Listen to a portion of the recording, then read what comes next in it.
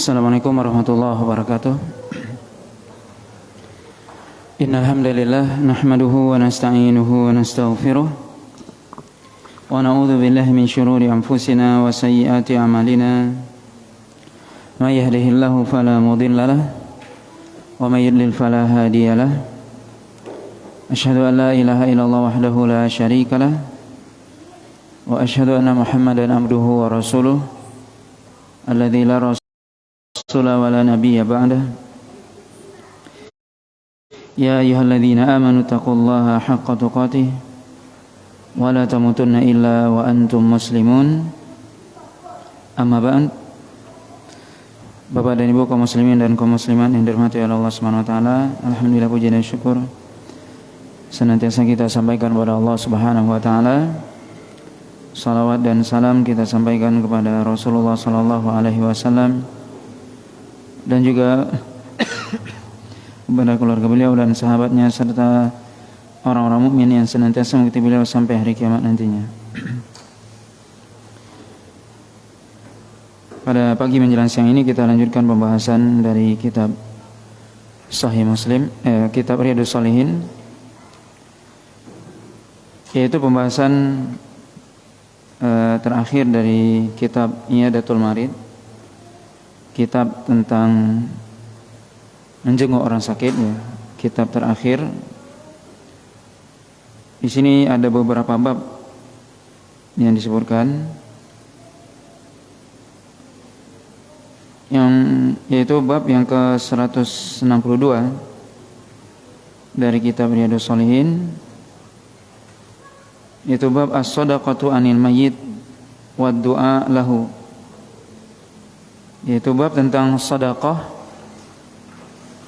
sedekah atas nama mayit dan mendoakannya atau doa untuknya.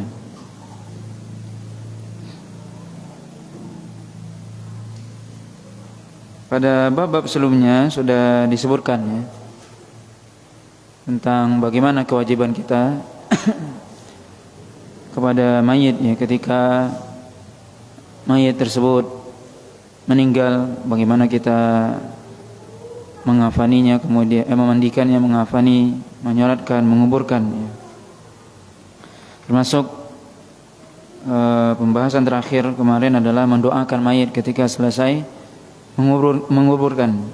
Setelah kita selesai menguburkan mayit, maka dianjurkan kita untuk mendoakannya. Setelah kita menguburkan, apa yang kita lakukan? Setelah kita menguburkan, mendoakan, kemudian kita pulang. Maka di sini disebutkan oleh Imam An-Nawawi bab yang berkaitan dengan hal tersebut, dengan beliau memberi judul as-shadaqatu anil mayyit wa du'a lahu, bersedekah atas nama mayit dan mendoakannya.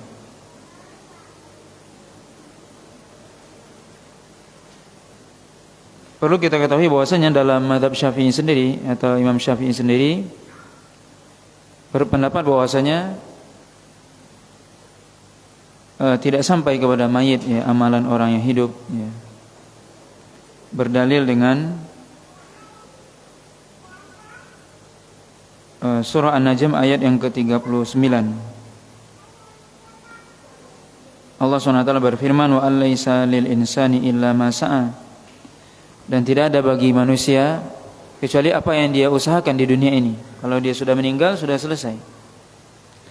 Maka adapun memberikan atau menghadiahkan, ya, menghadiahkan pahala buat orang yang meninggal, maka menurut Imam Syafi'i sendiri itu tidak sampai, berdalil dengan ayat ke-39 dari surah An-Najm. Tapi ulama yang lain mengatakan sampai. Di antaranya mazhab yang paling luas dalam hal ini adalah mazhab Imam Ahmad, yang mengatakan bahwasanya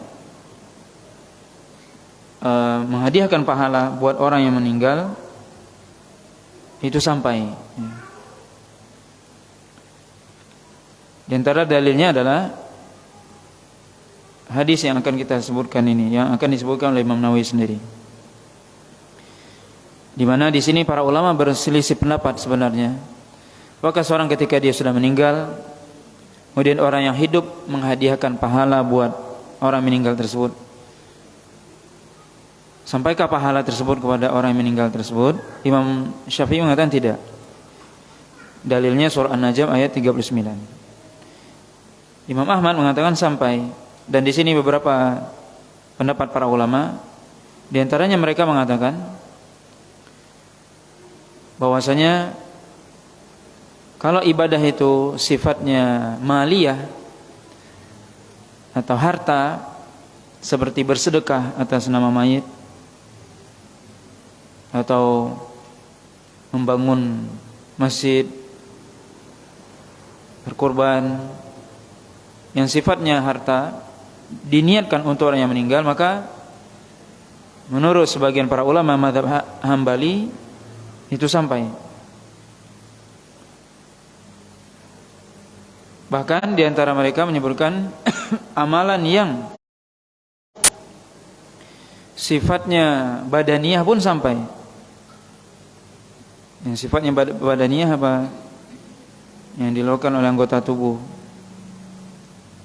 seorang, misalnya berhaji dan sebagainya, maka itu sampai. Bahkan mazhab Imam Ahmad dalam ini lebih luas, seluruh amalan yang dilakukan oleh seseorang kalau dia hadiahkan itu sampai. Ini menurut mazhab Imam Ahmad. Tetapi juga para ulama Imam mazhab sendiri berselisih apakah semuanya sampai atau tidak, ya. Tadi disebutkan bahwasanya sebagian mengatakan ibadah yang sifatnya harta sampai, seperti bersedekah atas nama mayit. Sebenarnya nanti akan disebutkan hadisnya. Sebagian lagi mengatakan tidak. Ya, artinya yang sampai hanya yang bersifat harta, adapun yang ibadah badaniyah tidak sampai. Kecuali, dan ada sebagian ulama lagi mengatakan yang sampai itu hanya yang disebutkan oleh dalil saja. Yang disebutkan oleh dalil apa? Nanti akan disebutkan ya, sedekah, kemudian haji atau umrah, itu sebutkan ada dalilnya. Dan juga puasa, itu ada dalilnya. Adapun selain itu maka tidak sampai. Maka ini pendapat yang cukup kuat karena mereka berpegang dengan dalil. Kenapa Anda mengatakan puasa sampai? Karena ada dalilnya. Kenapa Anda mengatakan kalau bersedekah atas nama mayit itu sampai? Karena ada dalilnya dari hadis Nabi. Kenapa Anda mengatakan haji di atas namakan untuk orang yang tua meninggal misalnya? Kenapa sampai? Ada dalilnya. Maka pendapat ini berpegang pada dalil, dan tentunya ini yang lebih selamat tentunya ketika kita mengatakan ya, amalan tersebut sampai karena memang ada dalilnya. Tapi satu hal yang perlu diingat bahwa maka selain itu, ya, selain dari yang disebutkan yang tidak ada dalilnya, seperti membaca Al-Quran, apakah sampai? Tidak ada dalil, ya. Tidak ada dalil secara khusus membaca Al-Quran. Saya baca Al-Quran dengan niat untuk orang yang sudah meninggal, misalnya. Tidak ada dalil secara khusus dari hadis Nabi. Itu pun ya, para ulama mazhab Hambali yang mengatakan bahwasanya yang paling luas dalam hal ini mengatakan bahwasanya seluruh amalan itu sampai, tapi mereka juga mengatakan bahwasanya hal itu tidak disyariatkan. Berarti kalau menurut mazhab Imam Ahmad, yang baca Al-Quran sampai. Menurut Imam Syafi'i itu enggak sampai. Maka mereka juga mengatakan apa? Walaupun itu menurut mereka sampai, tapi tidak disyariatkan. Boleh tapi tidak disyariatkan. Kenapa tidak disyariatkan? Karena Nabi SAW tidak melakukannya, dan para sahabat juga tidak melakukannya, dan Nabi juga tidak menganjurkan sahabat melakukan itu. Tapi ketika Nabi ditanya, Nabi mengatakan boleh. Tapi Nabi tidak menganjurkan sahabat untuk melakukan itu. Misalnya setiap orang, kita tidak mendapati hadis Nabi SAW yang mengatakan atau menyuruh sahabat, ya, silakan kamu berhaji untuk orang tuamu yang sudah meninggal. Setiap orang yang meninggal, orang tuanya kemudian diwasiatkan oleh Nabi atau disuruh oleh Nabi untuk menghajikan atau membacakan Al-Quran. atau mengiring Al-Fatihah misalnya. Tidak ada syariat itu. Tidak ada dalil khusus yang Nabi menyuruh itu. Tapi ketika ada sebagian sahabat yang bertanya tentang puasa, tentang haji, maka Nabi mengatakan boleh atau sampai. Oleh karena itu tadi disebutkan bahwasanya ulama mata Imam Ahmad pun mengatakan ya boleh itu dilakukan tapi tidak terus menerus. Yang menjadi problem adalah ketika seorang setiap dia melakukan suatu amal ibadah selalu dia menghadiahkan amalannya untuk orang yang sudah meninggal. Pertanyaannya adalah pertama itu tidak disyariatkan. Nabi tidak melakukan itu. Tidak pernah Nabi melakukan itu dan juga para sahabat tidak melakukan itu. Yang kedua, ya, bukankah kita juga disyariatkan untuk beramal untuk diri kita sendiri? Kalau seandainya kita beribadah, seluruh ibadah kita niatkan pahalanya untuk orang yang sudah meninggal, berarti kita seolah-olah enggak butuh pahala. Maka ini suatu hal yang perlu diperhatikan ya. Maka tentunya yang paling baik adalah ya kita berpegang dengan dalil ya. Apa saja yang sampai yang disebutkan dalam dalil adalah sedekah. Sebagaimana akan disebutkan dalam hadis ini. Kemudian puasa. Kemudian haji ataupun umrah. Ini yang disepakati oleh para. Adapun salat tidak ya. Karena kalau seorang meniatkan salat, saya salat 2 rakaat untuk ibu saya yang sudah meninggal atau bapak saya yang sudah meninggal atau untuk datuk saya yang sudah meninggal. Tidak ada syariat seperti itu. Maka dalam hal ini yang paling utama adalah kita berpegang dengan dalil.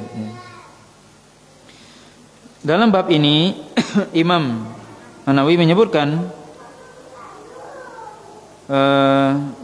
ayat ke-10 dari surah Al-Hasyr ya, yaitu tentang bab tadi apa? As-shadaqah 'anil mayyit. Sedekah atas nama mayit, orang yang sudah meninggal dan mendoakannya. Dalam surah Al-Hasyr ayat yang ke-10 Allah SWT berfirman, a'udzubillahi minasyaitonirrajim, walladzina ja'u min ba'dihim yaquluna rabbana ighfir lana wa li ikhwanina alladzina sabaquna bil iman wa la taj'al fi qulubina ghillan lil ladzina amanu rabbana innaka ra'ufur rahim. Dan orang-orang yang datang setelah mereka mengatakan, ya Allah, ampunilah kami dan juga ampuni saudara-saudara kami yang mendahului kami dengan iman. Dan janganlah jadikan di dalam hati kami ini iri, rasa iri, dengki, hasad terhadap orang-orang beriman. Rabbana innaka ra'ufur rahim. Sesungguhnya Engkau Maha penyayang ya, kepada hamba yang beriman. Maka dalam ayat ini Allah SWT menyebutkan orang-orang yang datang setelah mereka. Ini ayat ini berkaitan tentang apa? Yaitu Allah SWT ayat sebelumnya, ini ayat ke-10 surah Al-Hasyr. Ayat sebelumnya bercerita tentang kaum muhajirin dan ansar. Lil fuqara'il muhajirin alladzina hajaru min diyarihim, ya, yaitu bagi orang-orang yang fakir dari kalangan muhajirin, walladzina tabawwa'ud dara min qablihim, dan juga orang-orang yang tinggal di Madinah ketika itu. Maka Allah SWT menyebutkan dalam surah Al-Hasyr dalam ayat sebelumnya, yaitu tentang orang muhajirin, kemudian orang ansar ya, sahabat muhajirin dan ansar. Kemudian orang-orang yang datang setelah mereka. Siapa yang datang setelah mereka? Kita. Orang-orang yang datang setelah mereka. Muhajirin, kita bukan muhajirin. Muhajirin itu yang hijrah dari Mekah ke Madinah dengan tujuan menyelamatkan agama mereka. Ansar, mereka yang tinggal di Madinah menyambut kaum muhajirin. Mereka semua orang yang beriman kepada Allah SWT, dan mereka dipuji oleh Allah SWT. Semuanya juga Allah sebutkan dalam surah Taubah ayat 100. Was-sabiqunal awwalun minal muhajirin wal ansar walladzina tabauhum bi ihsan. Yaitu orang muhajirin dan ansar, dan mereka yang pertama kali masuk Islam dan orang-orang yang mengikuti mereka, muhajirin dan ansar. Jelas muhajirin jelas para sahabat, ansar juga jelas para sahabat. Dan orang yang mengikuti mereka setelah mereka, yaitu orang yang Islam setelah mereka, para tabi'in, para ulama sampai hari ini kita, dan orang setelah kita sampai hari kiamat. Maka ayat yang ke-10 ini berkaitan dengan kita. Walladzina ja'u min ba'dihim, orang-orang yang datang setelah mereka. Setelah mereka maksudnya siapa? setelah Muhajirin dan Ansar. Apa yang mereka lakukan? Maka ini ayat ini seolah-olah adalah berita dari Allah SWT, tapi di dalamnya ada perintah. Allah SWT menceritakan orang-orang yang datang setelah mereka, setelah Muhajirin dan Ansar, yaquluna rabbana ighfir lana. Mereka berdoa. Mereka mengatakan dan berdoa kepada Allah SWT, ighfir lana wa li ikhwanina alladziina sabaquna bil iman. Ya Allah, ampuni dosa kami dan dosa saudara-saudara kami yang duluan masuk Islam, yaitu Muhajirin dan Ansar. Wala taj'al fi qulubina ghillan lil ladzina amanu. Dan jangan engkau jadikan di dalam hati kami hasad, dengki pada orang-orang beriman. Maka ayat ini Allah SWT menceritakan, dalam ayat ini cerita. Allah memberitakan, ya Allah memberitakan bahwasanya orang-orang setelah Muhajirin dan Ansar itu mereka berdoa. Dan para ulama menjelaskan berita ini menunjukkan perintah, yaitu kita orang yang datang setelah Muhajirin dan Ansar hendaknya kita berdoa dengan doa ini, yaitu apa? Ya Allah, ampunilah kami dan orang-orang sebelum kami yang telah duluan masuk Islam. Maka ayat ini memberikan faedah apa? Dianjurkan kita mendoakan diri kita dan orang-orang sebelum kita, terutama Muhajirin dan Ansar. Yang kedua, ayat ini secara tidak langsung menunjukkan bahwasanya doa kita sampai kepada orang terdahulu. Sebab kalau tidak sampai, tidak mungkin Allah mengajarkan kita doa ini. Allah mengajarkan kita, berdoalah dengan doa ini. Itu, ya Allah ampuni dosaku dan orang-orang sebelumku. Menunjukkan bahwasanya doa kita sampai kepada orang yang terdahulu. Maka ini dalil, ya, judul dari bab ini wa doa, yaitu doa orang yang masih hidup terhadap orang yang meninggal. Bahwasanya doa orang yang masih hidup terhadap orang yang meninggal itu sampai. Dan ini sebenarnya sepakat seluruh para ulama, ya, ijma para ulama. Seluruh para ulama sepakat bahwasanya orang yang masih hidup ketika dia mendoakan orang yang sudah meninggal itu doanya sampai. Baik itu doa orang yang kerabatnya, keluarganya, ataupun orang muslim secara umum. Dalam ayat ini secara umum orang mukmin. Maka orang mukmin yang masih hidup mendoakan orang yang meninggal, maka doanya sampai, dan itu sepakat seluruh para ulama, tidak ada khilaf, tidak ada perbedaan pendapat. Yang ada perbedaan pendapat tadi adalah dalam hal ibadah selain doa. Kemudian juga ayat ini menunjukkan apa? Bahwasanya orang beriman mereka mendoakan para sahabat. Ini konsekuensi orang yang beriman kepada Allah SWT dan Rasulnya. Bagaimana mereka mendoakan untuk dirinya dan juga para sahabat. Dan mereka tidak dengki atau hasad kepada orang-orang beriman, baik orang yang beriman di masa mereka ataupun orang terdahulu. Maka ini menjadi bantahan kepada orang-orang Syiah Rafidhah. Orang-orang Syiah Rafidhah mereka bukan mendoakan para sahabat, justru apa? Melaknat para sahabat. Dan ini bertentangan dengan ayat. Maka mereka melanggar ayat ini. Orang Syiah Rafidhah mereka kufur terhadap ayat ini, di mana Allah SWT menyuruh orang beriman yang datang setelah sahabat untuk apa? Mendoakan para sahabat. Ini justru mereka bukannya malah mendoakan, justru apa? Melaknat para sahabat, mengkafirkan para sahabat. Ini orang-orang Syiah Rafidhah. Maka mereka sangat jauh dari Islam. Bahkan sebagian ulama mengkafirkan mereka. Ini orang-orang Syiah Rafidhah. Dan ini ya sangat jelas, ya, bagaimana seorang mukmin mereka mencintai para sahabat dan bahkan mendoakan para sahabat. Adapun orang Syiah tidak, dia melaknat sahabat. Maka para ulama menjelaskan kalau ada orang yang mencela sahabat, maka dia tidak termasuk dalam ayat ini. Makanya disebutkan kita hari ini orang mukmin itu hanya 3 macam: Muhajirin, Ansar, dan orang setelah mereka. Kita bukan Muhajirin, kita bukan orang Ansar. Berarti apa? Kita adalah orang yang datang setelah mereka. Tetapi orang yang datang setelah mereka disuruh oleh Allah SWT untuk mendoakan orang Muhajirin dan Ansar, para sahabat. Lalu kalau seandainya mereka tidak mendoakan, justru malah mengkafirkan, melaknat, mencela para sahabat, ini mereka tidak masuk dalam ayat ini, tidak masuk beriman mereka. Makanya Syiah Rafidhah dikafirkan oleh para ulama, bukan dari Islam, karena mereka tidak masuk dalam ayat ini. Orang beriman yang mereka mendoakan para sahabat. Mereka justru bukan mendoakan, malah mengkafirkan. Alhamdulillah. Maka ini ya sesatnya orang-orang yang mencela para sahabat. Jadi kalau ada orang yang mencela sahabat, siapa saja sahabatnya, maka ketahuilah orang itu sesat. Orang yang itu ada masalah dalam masalah imannya. Tidak benar imannya. Kalau ada orang yang mencela satu orang saja dari sahabat, maka itu adalah keyakinan atau keyakinan yang batil, kesesatan yang nyata. Kalau ada orang yang mencela sahabat, Allah SWT dalam ayat ini menyuruh apa? Bukan mencela tapi mendoakan. Ini orang beriman. Maka ayat ini menunjukkan kepada kita bahwasanya doa orang yang masih hidup itu ya sampai kepada orang yang meninggal.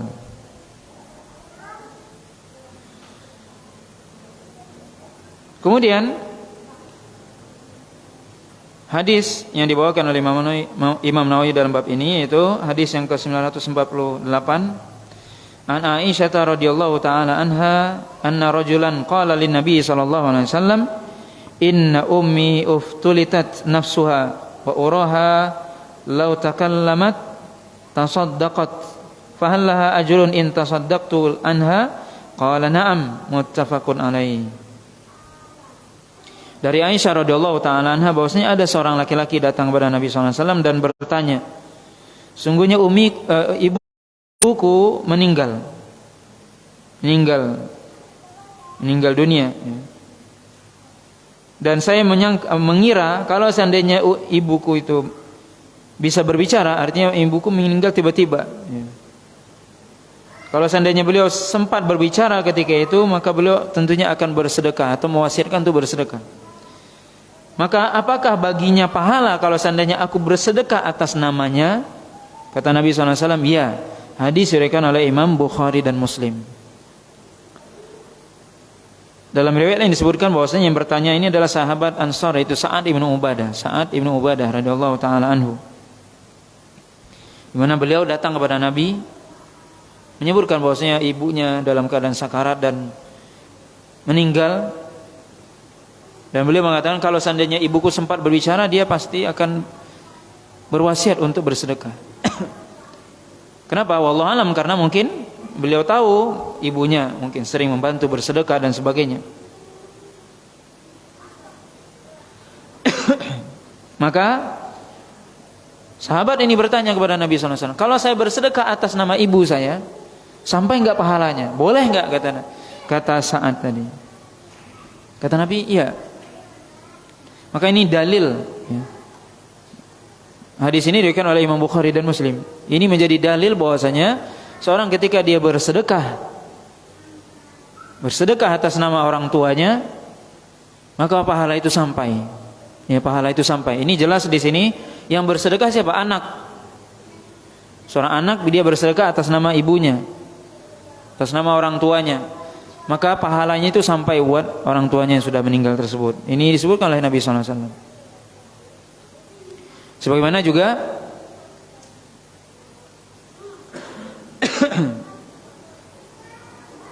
disebutkan dalam hadis yang lain bahwasanya ada seorang di sini seorang laki-laki yang bertanya kepada Nabi. Dalam riwayat lain datang seorang wanita kepada Nabi SAW. Kemudian bertanya kepada Nabi SAW, juga bersedekah, atau dalam riwayat lain disebutkan ingin menghajikan orang tuanya atau membayarkan hutang. Maka kata Nabi SAW, Nabi mengibaratkan ketika itu, kalau seandainya bagi orang tuamu ada hutang kemudian kamu bayarkan hutang itu, apakah itu lunas? Maka kata orang itu iya. Maka begitu juga hutang terhadap hak Allah SWT. Artinya apa? Nabi mengkiaskan, yaitu ada seorang wanita yang datang kepada Nabi SAW, kemudian ibunya, ya kalau tidak salah dalam riwayat itu punya hutang puasa atau nazar. Kemudian bagaimana? Saya boleh berpuasa atasnya? Kata Nabi, kalau seandainya kamu ibumu punya hutang kemudian kamu bayarkan, lunas enggak itu? Dianggap lunas enggak? Lunas. Begitu juga kalau itu hak manusia yang berkaitan dengan hutang piutang dengan manusia, itu lunas dengan dibayarkan. Begitu juga hutang hak Allah, yaitu puasa. Maka ini menjadi dalil hadis itu juga sahih, ya. Bahwasanya seorang yang dia berpuasa atas nama orang tuanya, maka itu sah, ya, dan dia sudah dianggap menunaikan kewajiban orang tuanya. Walaupun sebagian ulama mengatakan itu dikhususkan kepada puasa nazar, tapi wallahu alam secara umum dalam hadis itu hadisnya umum, ya. Man mata wa alaihi siyam shoma anhu waliyuhu, kata Nabi sallallahu alaihi wasallam, siapa yang meninggal dan dia punya hutang puasa, maka walinya yang mempuasakannya. Walinya maksudnya kerabatnya, anaknya, orang yang dekat dengannya. Maka secara umum hadis ini sampai, ya, ketika seorang ibu misalnya memiliki hutang puasa, kemudian dia meninggal belum sempat untuk dia bayarkan hutang puasa tersebut, maka anaknya boleh dan sah untuk mempuasakan atau berpuasa atas nama ibunya tersebut, ya. Maka ini kita lihat, ini ada dalil tentang sedekah. Seorang yang bersedekah atas nama orang tuanya sampai pahala itu. Kemudian juga puasa, begitu juga haji. Disebutkan juga haji. Dalam hadis disebutkan ada seorang sahabat yang datang kepada Nabi SAW bertanya bahwasanya bapaknya itu sudah tidak bisa untuk melakukan perjalanan jauh karena sudah tua renta. Bolehkah saya menghajikannya? Boleh, kata Nabi. Maka ini dibolehkan, ya. Maka ini kita bisa lihat beberapa amalan yang dibolehkan, ya, dibolehkan seorang untuk melakukannya atas nama orang lain, yaitu sedekah, puasa, kemudian haji, ya. Haji di sini termasuk juga tentunya umrah, ya. Kemudian juga apakah ini umum kepada orang tua dengan anak saja atau juga boleh orang lain? Wallahu alam, kita sudah sebutkan pada pertemuan yang lalu tentang hadis Nabi SAW, hadis Abi Qatadah, di mana Nabi SAW ketika itu ingin menyolatkan jenazah, kemudian jenazah itu Nabi tanya apa punya hutang dia. Kemudian Nabi mengatakan iya. Kemudian Nabi mundur, enggak mau menyolatkan. Kemudian Abu Qatadah mengatakan, aku yang menanggung hutangnya wahai Rasul. 2 dinar ketika itu. Maka Nabi menyolatkan. Ini menunjukkan apa? Orang tadi punya hutang dan yang membayarkannya bukan keluarganya, tapi apa? Orang lain, Abu Qatadah. Maka hutangnya dianggap lunas. Maka ini menunjukkan juga, ya wallahu alam secara umum, ya kalau misalnya seorang bersedekah atas nama orang lain ataupun keluarganya yang lain, tidak mesti orang tuanya, maka insya Allah sampai, ya. Insya Allah sampai, ya. Tetapi sudah kita sebutkan tadi bahwasanya hal itu tidak disyariatkan. Tapi kalau ditanya boleh, maka dikatakan boleh. Tapi tidak disyariatkan. Artinya seorang tidak mesti atau tidak boleh dia selalu setiap melakukan amal ibadah dia selalu meniatkan untuk orang yang meninggal. Sekali lagi, kenapa? Karena ini tidak disyariatkan. Nabi tidak melakukannya, para sahabat juga tidak melakukan hal tersebut, ya. Kemudian hadis selanjutnya, yang hadis yang ke-949, an Abi Hurairah radhiyallahu taala anhu, anna Rasulullah sallallahu alaihi wasallam qala, idza mata al-insan inqata'a amaluhu illa min thalathin, shadaqatin jariyatin aw ilmin yuntafa'u bihi aw waladin salihin yad'u lahu, rawahu Muslim. Dari Abi Hurairah radhiyallahu taala anhu bahwasanya Rasulullah SAW bersabda, jika seorang manusia meninggal maka terputus amalannya kecuali 3: sedekah jariah, ilmu yang bermanfaat, dan anak soleh yang mendoakannya. Hadis diriwayatkan oleh Imam Muslim. Hadis ini sangat masyhur, ya, yaitu Nabi SAW mengatakan, Kalau meninggal seseorang, seorang manusia, seorang muslim meninggal, maka terputus amalannya. Kenapa terputus? Karena tentunya seorang dia beramal itu hanya ketika dia hidup di dunia. Kalau dia sudah meninggal berarti putus amalannya, berarti dia tidak bisa lagi beramal. Itu maksudnya. Karena dia sudah meninggal, tidak bisa lagi dia beramal. Kecuali ada 3 hal yang terus mengalir pahalanya. Dan sebenarnya kalau kita perhatikan 3 hal yang disebutkan oleh Nabi SAW ini adalah amalan dia juga. Amalan dia juga yang dia lakukan ketika masih hidup, kemudian amalan itu terus berlangsung walaupun dia sudah meninggal. Yang pertama, sedekatin jariyah, sedekah jariyah. Apa yang dimaksud dengan sedekah jariyah? Sedekah jariyah artinya adalah sedekah yang pahalanya atau manfaatnya. Manfaatnya selalu mengalir. Contoh seorang berpahalanya, walaupun dia sudah meninggal. Orang yang bersedekah dengan karpet ini sudah meninggal dia. Sudah meninggal. Tapi karpetnya masih dipakai untuk sholat, maka pahalanya mengalir terus. Selama orang masih sholat di situ, kita bisa bayangkan orang sholat di situ, dia terbaring di kuburannya, pahalanya mengalir. Seorang yang bangun masjid misalnya, masjid dibangun oleh orang tersebut, selama masjid itu dipakai untuk sholat, dipakai untuk pengajian, dipakai untuk berzikir, baca Al-Quran, maka pahalanya mengalir terus.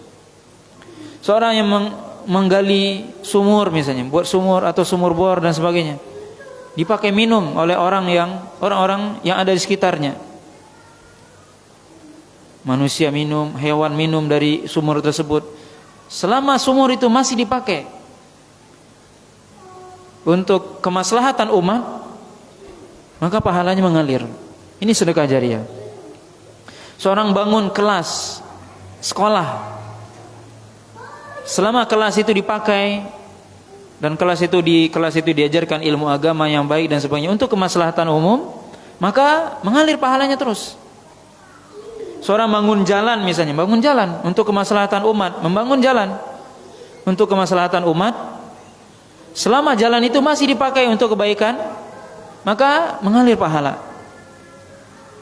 Seorang bersedekah dengan apa? Mushaf Al-Quran, ditaruhnya di masjid atau dibagikannya kepada semua orang, masih dibaca Al-Quran itu, maka mengalir pahalanya. Dan begitu seterusnya. Ini namanya sedekah jariyah. Jadi sedekah jariyah bukan hanya sekedar bangun masjid, termasuk menggali sumur bor, ya, orang minum semua di situ. Bangun madrasah, bangun sekolah, kelas, itu juga sedekah jariyah. Seorang bangun jalan untuk umum, itu sedekah jariyah. Seluruhnya yang bermanfaat buat kemaslahatan umat, kemaslahatan umum, itu termasuk dalam sedekah jariyah namanya. Sedekah, dia bersedekah, berinfak. Jariyah artinya terus mengalir manfaatnya. Jariyah artinya mengalir. Mengalir apa? Manfaatnya terus mengalir, tidak berhenti. Ya, dia sedekahkan,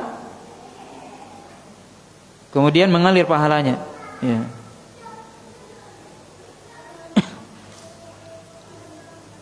Ini yang pertama. Maka penting bagi kita untuk berpikir, ya, untuk kita meninggalkan amalan yang bermanfaat buat kita kalau kita sudah meninggal. Bukan hanya kita sekedar, ya kita sekarang berbuat baik, membantu orang yang butuhkan dan sebagainya, bagus. Tapi mesti kita memikirkan amalan yang bisa, kalau saya meninggal ini, amalan ini saya dapat pahala terus, saya dapat kiriman pahala terus. Apa? Bangun masjid, bangun kelas, bangun sekolah, atau bangun jalan, atau bangun sumur misalnya, sumur orang minum dari situ terus, ya. Kita bisa bayangkan sumur, orang bisa minum dari situ. Ini amalan jahiliyah, sedekah jariyah, ya. Yang mesti kita juga seorang mukmin memikirkan itu, amalan yang bermanfaat buat kita sampai kita meninggal. Itu terus mengalir pahalanya. Atau kita bersedekah Al-Quran, ya. Atau membelikan kitab buat para pelajar penuntut ilmu, ini termasuk di dalamnya. Selama buku itu dibaca, dimanfaatkan, itu bersedekah, apa? Mengalir pahalanya. Kemudian yang kedua, ilmin yuntafa'u bihi. Ilmin yuntafa'u bihi artinya ilmu yang bermanfaat, yang berfaedah. yang kita ajarkan kepada orang lain. Ini menunjukkan keutamaan ilmu. Kita mengajarkan ilmu kepada orang lain, selama ilmu itu diamalkan maka itu berfaedah buat kita. Yang paling sederhana apa? Dan yang paling tidak hanya sederhana tapi apa paling utama, yaitu mengajarkan Al-Qur'an. Dan yang paling sederhana kita mengajarkan Al-Qur'an kepada anak kita. Mengalir pahalanya terus. Kita ajarkan dia baca Al-Qur'an, kita ajarkan dia wudu yang benar atau salat yang benar. Itu mengalir pahalanya selama dia salat, selama dia wudu, itu mengalir pahalanya sama kita. Kalau dia ngajarkan lagi kepada anak-anaknya terus, ya berarti terus menerus, tidak berhenti. Itu yang maksudnya jariyah tadi ya, ilmu niyatan bermanfaat, ilmu itu enggak sia-sia. Oke, ini hendaknya kita juga bersemangat untuk mengajarkan apa yang kita bisa ajarkan kepada, minimal kepada anak kita yang paling dekat dengan kita. Kita ajarkan dia yang paling ringan, kita ajarkan Al-Fatihah, kita ajarkan ayat surah-surah pendek ya, yang kita hafal. Dia baca itu, kita dapat pahalanya. Kita ajarkan dia bagaimana tata cara wudu yang benar, kita ajarkan salat yang benar, dia pahalanya mengalir terus sama kita. Ini ilmu yang bermanfaat. Kata Nabi SAW, khairukum man ta'allamal Qur'an wa 'allamahu. Sebaik-baik Anda orang yang mengajarkan Al-Qur'an, orang yang belajar Al-Qur'an dan mengajarkannya. Kita ajarkan akidah yang benar, ilmu yang benar. Maka ini pahalanya mengalir terus ya kepada kita. Ilmu yang bermanfaat ya. Kemudian yang ketiga, awaladin salihin yad'u lahu. Atau anak yang soleh yang senantiasa mendoakan orang tuanya. Anak yang soleh yang senantiasa mendoakan orang tuanya. Maka anak yang soleh ini berkaitan dengan bagaimana seorang mendidik anaknya. Bagaimana dia mendidik anaknya, berarti ya baik dia mendidik secara langsung, dia mendidik di rumahnya, termasuk mendidik dia dengan menyerahkannya misalnya ke sekolah yang baik. Itu juga termasuk pendidikan. Kita ingin mendapatkan anak yang soleh. Bagaimana kita ingin mendapatkan anak yang soleh? Dengan mendidiknya secara langsung. Kita didik secara langsung di rumah kita. Ketika dia masih kecil, kita didik dia secara langsung. Kita ajarkan ini yang benar, ini yang salah. Ini akidah yang benar, ini yang salah. Ini salat yang benar, ini yang tidak benar, dan seterusnya. Atau termasuk dalam hal ini adalah mendidik secara tidak langsung apa? Kita menyekolahkannya di sekolah yang benar. Ini termasuk mendidik. Karena pendidikan itu tidak hanya di rumah, tapi juga di sekolah misalnya. Maka kita serahkan, kita sekolahkan anak kita di tempat yang baik. Makanya seorang tentunya dia ketika ingin menyekolahkan anaknya, dia harus selektif. Ya terutama di zaman kita sekarang.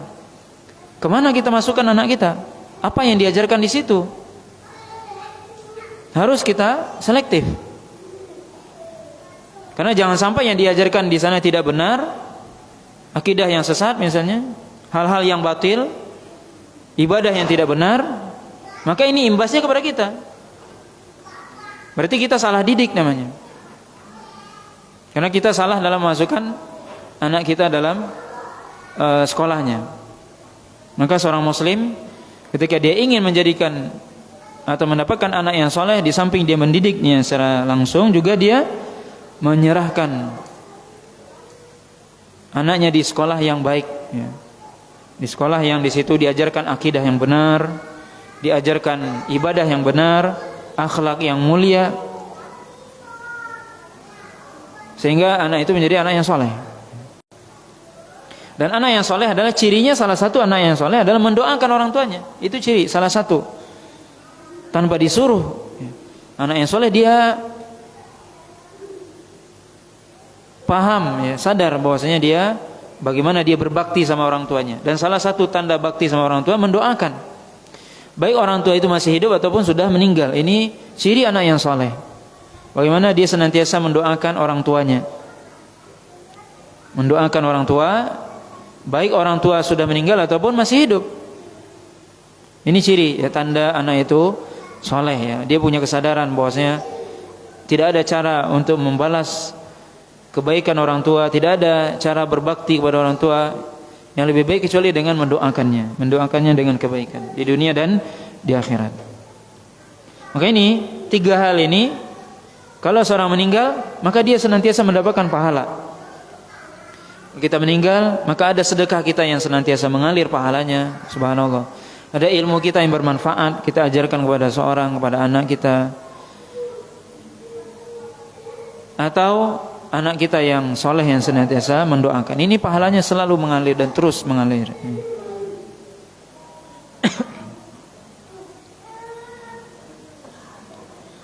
Kemudian bab selanjutnya yaitu bab yang 163, bab sana'un nas 'alal mayyit. Sana'un nas 'alal mayyit artinya pujian manusia terhadap jenazah tersebut, ya. Pujian manusia terhadap jenazah. Hadis yang ke-950 dari kitab Riyadhus Shalihin, an Anasin radhiyallahu taala anhu qala marru bi janazatin fa athnau 'alaiha khairan faqala an-nabiy sallallahu alaihi wasallam wajabat thumma marru bi ukhra fa athnau 'alaiha syarran faqala an-nabiy sallallahu alaihi wasallam wajabat faqala Umar ibn al-Khattab radhiyallahu taala anhu ma wajabat qala hadza athnaitum 'alaihi khairan fawajabat lahul jannah wa hadza athnaitum 'alaihi syarran fawajabat lahun nar antum syuhada'ullahi fil ardi. Muttafaqun alaih. Yaitu hadis ini dari Anas bin Malik radhiyallahu taala anhu, bahwasanya beliau berkata, lewatlah ya jenazah, ya suatu hari lewat jenazah di hadapan Nabi SAW dan para sahabat ketika itu. Maka para sahabat yang lain menyebutkan kebaikan dari jenazah tersebut. Oh, ini jenazah orang yang baik, ini dipuji, ini orang yang baik selama hidupnya, ya. Kemudian kata Nabi SAW yang hadir ketika itu, yang ada di situ, mengatakan wajabat. Wajabat artinya berhak atau benar atau wajib artinya. Kemudian setelah itu, Allah alam atau hari yang lain atau pada waktu itu juga, ya, lewat jenazah yang lain, kemudian mereka menyebutkan sifat yang buruk atau mencela jenazah tersebut. Oh, ini orang ini suka ini dan itu, melakukan keburukan. Nabi yang hadir ketika itu mengatakan juga wajabat. Ya, wajabat artinya wajib, artinya benar-benar artinya berlaku atau berhak dia.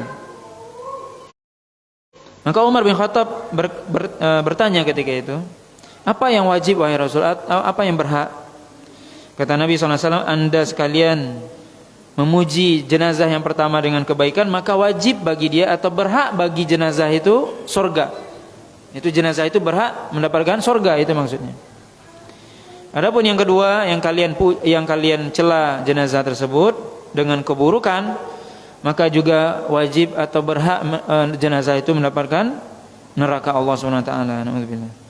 Kalian, kata Nabi SAW, adalah syuhada'ullahi fil ardi. Itu kalian adalah saksi Allah yang ada di muka bumi ini. Maka hadis ini menunjukkan apa? Bahwasanya seorang orang yang masih hidup, ya, dia bisa menjadi saksi orang yang meninggal. Dan boleh seorang yang hidup memuji orang yang sudah meninggal, dan itu boleh. Yang tidak boleh justru yang dimakruhkan kata para ulama itu memuji orang yang masih hidup. Kenapa? Karena dikhawatirkan kalau kita memuji orang yang masih hidup, dia akan menjadi lupa diri, menjadi sombong dan ujub. Tapi kalau dia sudah meninggal dipuji, maka tidak ada kemungkinan dia untuk jadi sombong dan ujub, tidak ada. Karena dia sudah meninggal, maka boleh memuji. Kemudian juga faedah dari hadis ini, ketika seorang memuji orang jenazah tertentu, dan tentunya ketika seorang meninggal, maka secara alami saja refleks, ya, orang itu akan menceritakan kebaikan orang yang meninggal tersebut. Itu refleks saja. Orang akan mengatakan apa? Oh, si fulan ini orang baik dulunya. Nah, ya, kita bisa lihat. Kalau ada orang meninggal, kita setelah kita menguburkan, kita akan mengatakan, oh, kita merasa kehilangan dengan si fulan. Kenapa? Dia dulu yang misalnya yang membangun masjid ini, dia dulu yang membangun sekolah ini, dia dulu yang membangun atau menggali sumur ini, dia membangun jalan ini, dia dan sebagainya, disebut kebaikannya. Atau disebut kebaikan secara khusus, dia kalau azan segera dia datang ke masjid, dia kalau azan ditutupnya tokonya dia langsung ke masjid,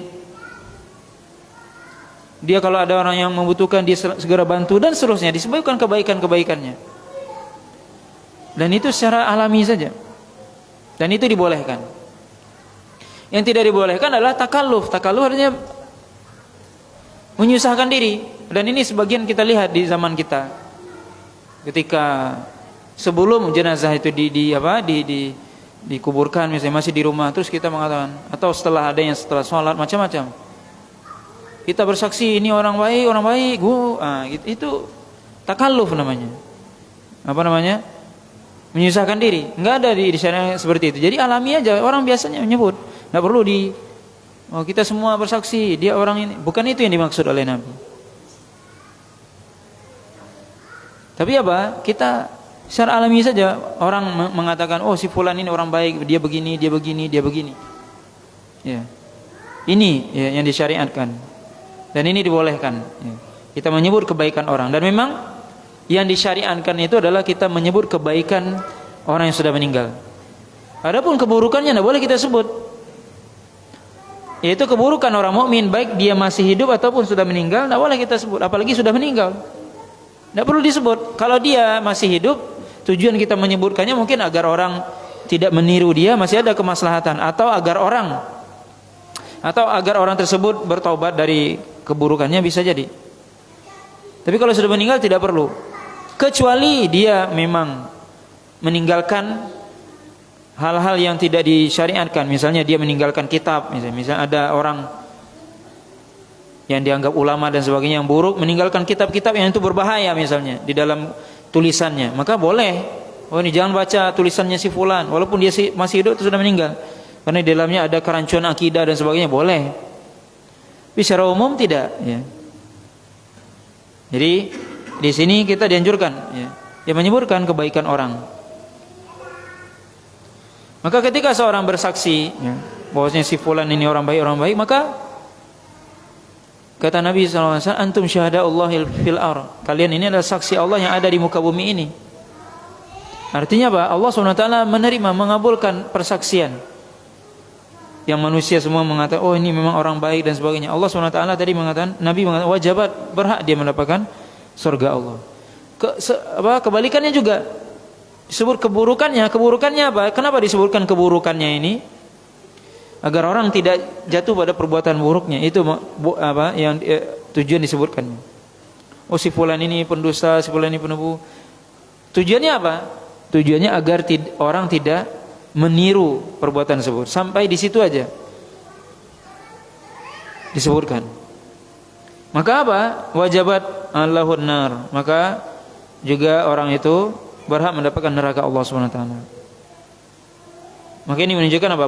Bahwasanya manusia dia ya di dunia ini ya secara alami ya dia menjadi saksi bagi orang lain. Ya orang lain menjadi saksi terhadap dirinya. Dan lainnya kita meninggalkan hal yang baik tentunya. Kita bukan karena ingin dipuji, tidak, tapi kita ingin meninggalkan suatu hal yang baik. Kita ingin kalau kita meninggal disebut kitalah orang yang baik, yang ini dan itu. Kita ingin seperti itu tentunya. Dan tidak ingin kita meninggalkan perkara yang buruk yang kalau seandainya, apalagi kalau sampai perkara yang buruk itu ditiru oleh orang lain, kita akan dapat dosanya terus menerus. Ini tentunya jangan sampai kita menjadi pionir keburukan, justru kita ingin menjadi pionir kebaikan, yang memulai kebaikan yang orang mengikutinya dan senantiasa orang mengingatnya. Jangan menjadi pionir keburukan yang kita memulai keburukan, orang mengikutinya dan kita meninggalkan yang buruk, yang dikenal orang keburukan kita, naudzubillah. Betapa celakanya seorang kalau dia dikenal orang menjadi orang yang buruk.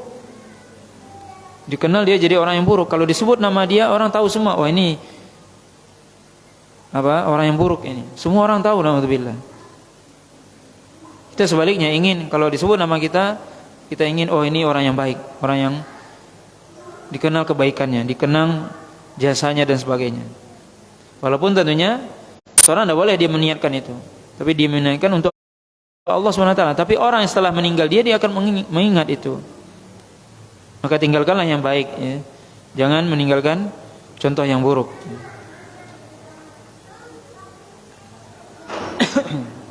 Kemudian juga hadis selanjutnya, ya mirip sebenarnya, yaitu hadis dari Abil Aswad. Qala qadimtul Madinata fajalastu ila Umar bin Khattab radhiyallahu taala anhu famarrat bihim janazatun wa uthni ala sahibiha khairan faqala thumma murra bi ukhra fa uthni ala qala Umar wajabat faqala Abu Aswad faqultu ma wajabat ya Amirul Mukminin qala qultu kama qala an-nabiy sallallahu alaihi wasallam ayyuma muslimin syahida lahu arba'atun bi khairin adakhalahu Allahu al-jannata faqulna thalatha wa thalatha faqulna wathnan qulna wathnan thumma lam nas'alhu anil wahid rawahu al-Bukhari.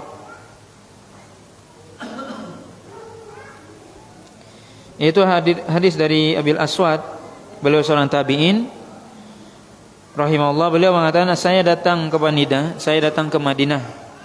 Kemudian saya duduk di samping Umar bin Khattab. Ya, Abul Aswad ini datang ke Madinah kemudian duduk di samping Khalifah Umar bin Khattab, ya.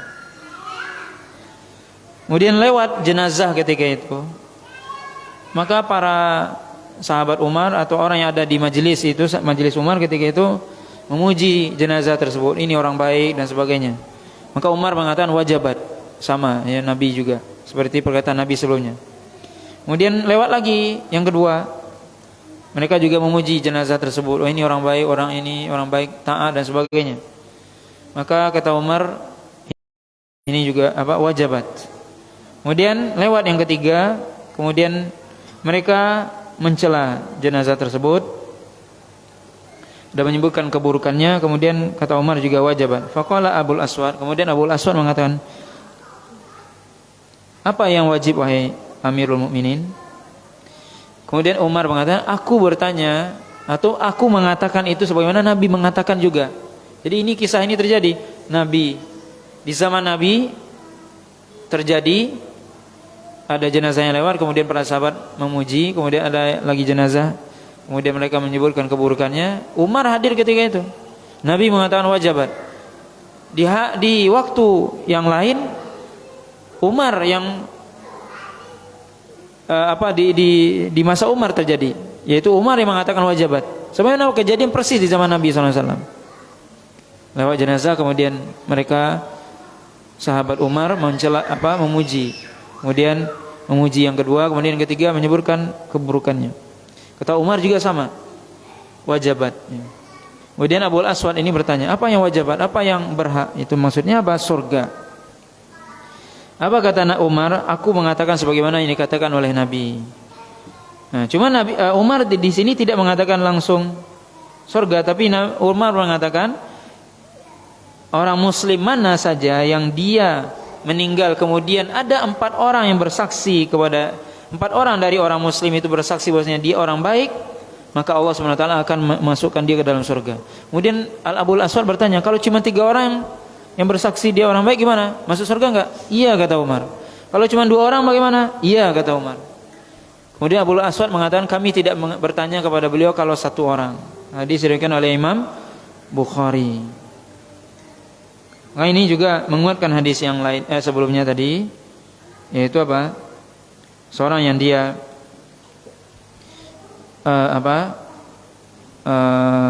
orang-orang setelahnya memuji dia dengan kebaikan, maka Allah SWT itu akan memasukkan dia ke dalam surga. Dan di sini bilangan sebenarnya tidak menjadi batasan, tidak mesti 4, 5 dan sebagainya. Ya. Karena Nabi SAW mengatakan antum syuhada'ullahi fil ardh. Maksudnya kalian adalah saksi Allah SWT di muka bumi. Tentunya yang bersaksi itu orang muslim, orang mukmin yang benar imannya, bukan. Ini juga perlu dipahami. Siapa yang bersaksi itu? Ini bukan kita bersaksi orang baik gitu. Bukan orang sembarangan yang bersaksi itu. Yang bersaksi ini orang baik itu memang orang yang kenal dekat dengan dia. Kemudian orang yang jujur, orang soleh. Itu yang bersaksi itu yang diterima kesaksiannya. Yang kadang kita sebutkan tadi, ada orang di tempat kita meninggal, ya, kita nggak tahu kadang-kadang Dia udah pokoknya orang baik gitu. Enggak tahu ditanya kenal enggak kenal. Persaksian apa? Ya. Bukan itu maksudnya. Ini persaksian di sini apa? Orang yang baik, yang mengenal dia. Sehari-harinya dia gimana? Mungkin tetangga dia, keluarga dia, sanak familinya semuanya mengatakan ini orang baik ini. Seluruh tetangganya mengatakan ini orang baik ini. Nah, itu maksudnya yang kenal dia. Dan orang-orang soleh di antara mereka. Bukan orang sembarangan. Ini maksudnya juga saksi, karena persaksian yang diterima apa? Orang yang adil. Kalau orang yang fasik nggak diterima kesaksiannya. Maka ini juga ya perlu dipahami dengan baik. Kemudian bab selanjutnya, bab yang ke-164, bab fadlu man mata lahu auladun sighar. Bab yang menjelaskan tentang keutamaan orang yang meninggal anak-anaknya sedangkan anak-anak tersebut masih kecil. Keutamaan orang yang meninggal anak-anaknya ketika anak-anaknya tersebut masih kecil. Hadis yang ke-952, an Anasin radhiyallahu taala anhu qala qala Rasulullah sallallahu alaihi wasallam, ma min muslimin yamutu lahu thalathatun lam yablughul hintha illa adkhalahu Allahul jannata bi fadli rahmatihi iyyahum, muttafaqun alaih. Yaitu hadis dari Anas bin Malik radhiyallahu taala anhu, beliau mengatakan bahwasanya Rasulullah sallallahu alaihi wasallam bersabda, tidaklah seorang muslim meninggal darinya 3 orang anak yang belum baligh kecuali Allah Subhanahu wa taala memasukkan dia ke dalam surga karena karunia Allah dan rahmatnya terhadap mereka. Hadis ini diriwayatkan oleh Imam Bukhari dan Muslim. Dalam hadis ini disebutkan apa? Seorang muslim meninggal anaknya 3 orang. 3 orang di sini baik putra atau putri, masuk umum ya, baik 3 orang putra atau 3 orang putri, atau 2 putra 1 putri, atau 2 putri 1 putra. Pokoknya 3 orang anak ya. 3 orang anak, kemudian anak itu 3. Jadi dalam hadis ini semua 3. Kemudian yang kedua, lam yablugh al-hintha, yaitu belum balik dia. Maka 3 orang anak ini menjadi keutamaan bagi orang tuanya, dia akan dimasukkan ke dalam surga. Dan ini menunjukkan apa? Apa keutamaannya? Seorang yang dia meninggal anaknya masih kecil, tentunya ini sebuah naluri ya. Secara manusiawi, seorang tentunya lebih terikat hatinya dengan anak yang masih kecil. Coba kita lihat anak kita yang masih balita, yang masih kecil, itu lebih kasihan, lebih sayang, lebih memperhatikan benar-benar anak yang masih kecil itu. Kalau dia sudah mulai agak dewasa, apalagi sudah balik, ya kita juga sayang, tapi beda tingkat kita memperhatikannya, menyayanginya. Tapi kalau dia masih kecil, mungkin bagaimana kita lihat dia jalan aja, gimana yang dia jatuh atau apa, kayaknya sangat diperhatikan banget. Nah, kalau dia meninggal, tentunya itu bisa dirasakan sendiri ya, bahwasanya anak yang masih kecil itu meninggal dibandingkan yang sudah dewasa, itu beda. Dan kemudian tentunya dengan syarat ini apa? Syaratnya adalah orang tua itu sabar. Ini syaratnya. Walaupun tidak disebutkan dengan jelas dalam hadis ini, tapi jelas ya bahwasanya syarat seorang itu mendapatkan keutamaan masuk surga ini kalau dia sabar, tentunya sabar. Anaknya meninggal, dia sabar. Sabar itu maksudnya apa? Tidak suudzon kepada Allah Subhanahu wa taala, tidak mencela Allah Subhanahu wa taala, tidak tidak melawan takdir atau kecewa dengan takdir Allah Subhanahu wa taala. Tapi kalau dia merasa sedih, ya wajar. Sedih itu tidak menafikan sabar. Yang menafikan sabar adalah kalau seorang meratap nggak boleh. Atau dia suudzon kepada Allah Subhanahu wa taala, itu nggak boleh. Itu menafikan sabar. Tapi kalau dia menangis, dia sedih, ya wajar, itu manusiawi. Tapi kalau yang tidak dibolehkan itu adalah meratapi ya, suudzon, atau dia seolah-olah tidak ridho dengan takdir Allah SWT, nggak boleh ya. Maka seorang ketika dia meninggal 3 anaknya yang kecil, Kemudian dia sabar, kemudian Allah SWT memberikan keutamaan bagi dia, Allah masukkan dia ke dalam surga. Dalam hadis ini disebutkan bi fadli rahmatihi iyyahum. Ada dua makna di sini disebutkan oleh para ulama, yaitu karena kasih sayangnya kepada mereka. Mereka ini maksudnya kasih sayangnya ini siapa? Makna pertama adalah kasih sayangnya bapaknya itu kepada anak-anak tersebut. Karena kasih sayang itulah, itu maknanya apa? Berarti kalau orang tua tadi tidak sayang sama anaknya, dia tidak dimasukkan ke surga. Itu maksudnya. Itu makna pertama ya. Karena kasih sayangnya orang tua tersebut kepada anak tersebut, dia dimasukkan dalam surga. Itu makna pertama. Makna kedua, bi fadli rahmatihi. Rahmatnya di sini rahmat Allah SWT kepada mereka, kepada orang tuanya tersebut, karena Allah SWT merahmati orang tua tadi yang dia kehilangan anaknya. Makna kedua ini yang lebih kuat atau lebih tepat insyaallah, yaitu apa? Yaitu Allah SWT memasukkan orang itu ke dalam surga karena rahmat Allah kepada orang tua tersebut. Kenapa rahmat Allah SWT karena seorang masuk surga karena rahmat Allah. Kepada orang tua tersebut kenapa? Orang tua tersebut kehilangan anaknya, dia bersedih dan sebagainya, dia dapat musibah.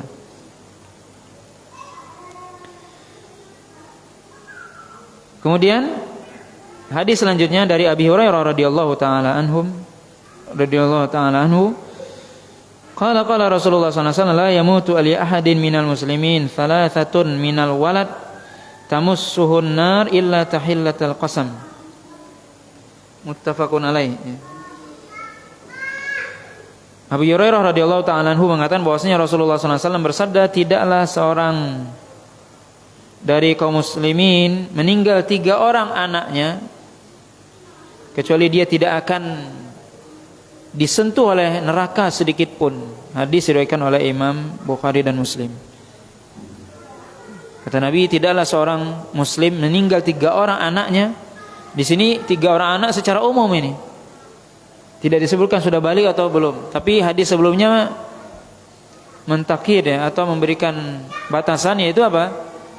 Yang belum balik. Jadi 3 orang anak yang belum balik, maka dia tidak akan disentuh oleh api neraka sedikit pun. Subhanallah, ini keutamaannya. Hadis diriwayatkan oleh Imam Bukhari dan Muslim. Tapi tentunya dengan syarat apa tadi? Orang tua sabar dia meninggal anaknya 3 orang, kemudian dia sabar, maka kata Nabi dalam hadis Anas, dia akan masuk ke dalam surga. Dalam hadis Abu Hurairah, dia tidak akan disentuh oleh api neraka sedikit pun. Tahillata qasam ini disebutkan, kata Imam Nawawi, wa im minkum illa wariduha. Maksudnya apa? Tahillatul qasam artinya kecuali sedikit ya. Maksudnya apa? Kata Imam Nawawi, di mana seorang akan hanya merasakan neraka itu, naudzubillah, ketika dia melewati sirat. Kita harus tahu bahwasanya Allah SWT berfirman dalam surah Maryam ayat yang ke-71, wa im minkum illa wariduha. Kata Allah SWT, tidaklah di antara kalian kecuali kalian, kata Allah SWT, pasti akan melewatinya. Kita harus tahu bahwasanya setiap kita pasti akan melewati sirat. Setiap manusia pasti akan melewati sirat setelah dia dihisab oleh Allah SWT di mahsyar, maka dia akan melewati sirat untuk menuju surga Allah SWT. Sirat jembatan yang di bawahnya neraka jahanam. Di bawahnya neraka jahanam. Sirat itu ada di atasnya neraka jahanam. Maka tentunya seorang yang melewati neraka akan merasakan panasnya. Maka kata Nabi tadi, tidak akan merasakan kecuali merasakan ketika sirat aja.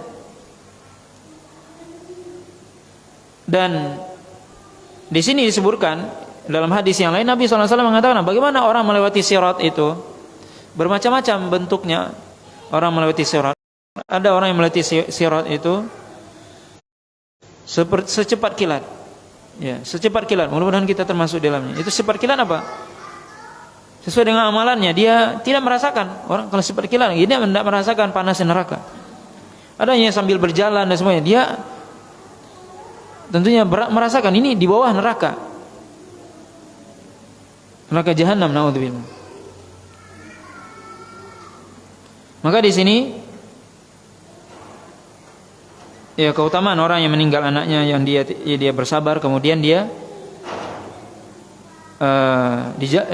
kata Allah SWT, kata Nabi SAW, dimasukkan ke dalam surga dan tidak merasakan ya panas api neraka kecuali dia ketika melewati di sirat. Dan ketika di sirat pun itu bergantung dengan amalan. Ketika di sirat pun bergantung dengan amalan seorang. Bagaimana seorang melewati sirat? Ya kata Nabi SAW, ada yang seperti secepat kilat, ada yang seperti berjalan, ada yang dia merangkak dan sebagainya. Ya. Sebagaimana yang disebutkan oleh Nabi SAW. Dan semua kita pasti melewati itu. Kata Allah SWT, wa imminkum illa wariduha. Kata Allah SWT, setiap kalian pasti melewatinya, pasti melewati sirat tanpa pengecualian. Ya. Tidak. Dan seluruh Nabi ketika melihat umatnya melewati sirat berdoa, Allahumma sallim sallim, ya Allah selamatkan umat. Ini ya. Semua kita pasti melewati yang namanya sirat ini. Maka ini kehidupan akhirat ya. Hadis selanjutnya dari Abi Sa'id Al-Khudri radhiyallahu ta'ala anhu, qala ja'at imra'atun ila Rasulillah sallallahu alaihi wasallam faqalat ya Rasulullah dhahaba ar-rijal bi haditsika faja'alna min nafsika yawman na'tika fihi tu'allimuna mimma 'allamaka Allah. Qala ijtama'na yawma kadza wa kadza fajtama'na fa atahunna an-nabiy sallallahu alaihi wasallam fa'allamahunna mimma 'allamahu Allah thumma qala ma minkum aw ma minkunna min imra'atin tuqaddimu thalathatan minal walad illa kanu la hijaban minan nar faqalat imra'atun wa thnain faqala Rasulullah sallallahu alaihi wasallam wa thnain muttafaqun alaih.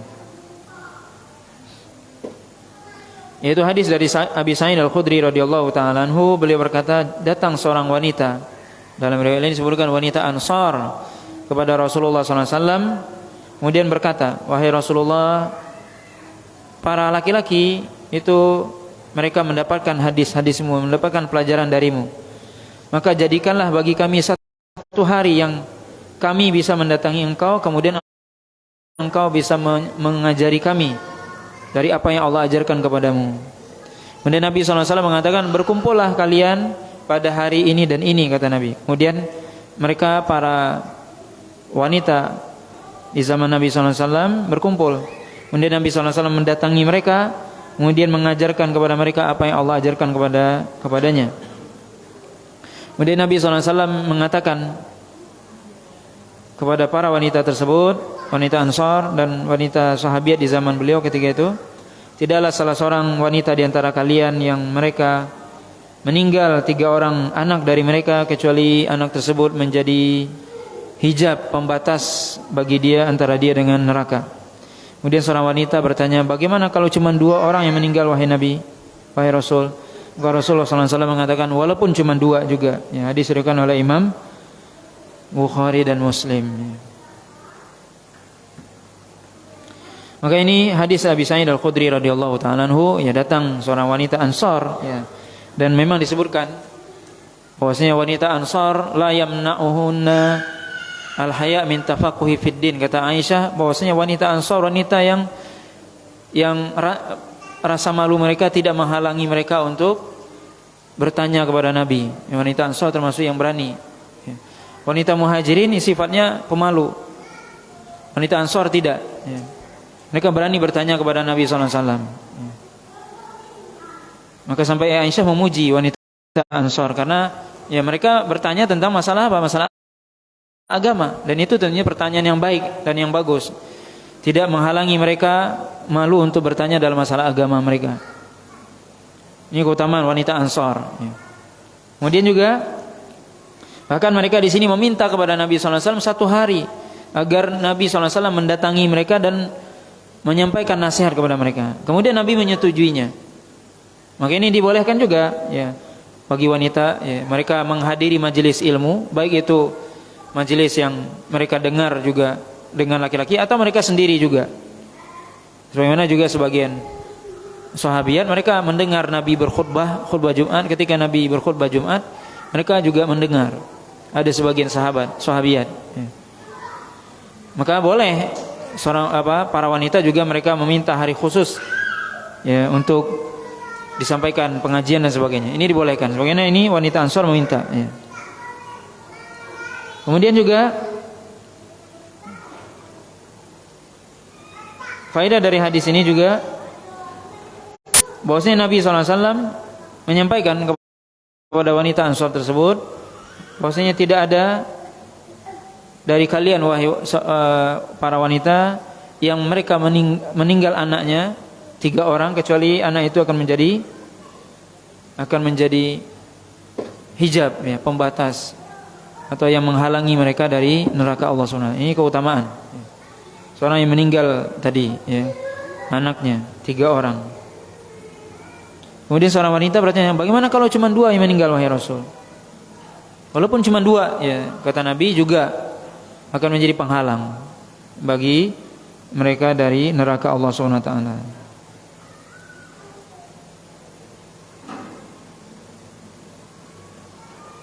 Kemudian juga Nabi tentunya menyebutkan ini kepada para wanita, menasihatkan secara khusus ini kepada wanita. Kenapa? Karena para wanita tentunya lebih mudah untuk tidak sabar, ya, ketika misalnya ada yang meninggal. Apalagi kalau anaknya meninggal, tentunya mereka lebih gampang untuk sedih dan sebagainya, untuk melakukan hal-hal yang bertentangan dengan syariat. Makanya para wanita dilarang untuk meratap dan sebagainya, atau bersedih yang berlebihan. Maka ini Nabi memberikan nasihat khusus kepada para wanita, karena memang apa? Para wanita yang lebih, ya, biasanya lebih kurang sabar ketika menghadapi musibah. Karena itulah di antara hikmahnya dalam hadis Ummu Atiyah, mereka para wanita dilarang untuk mengikuti jenazah atau mengantarkan jenazah sampai ke kuburan, ya, dalam hadis Ummu Atiyah yang sudah kita sebutkan.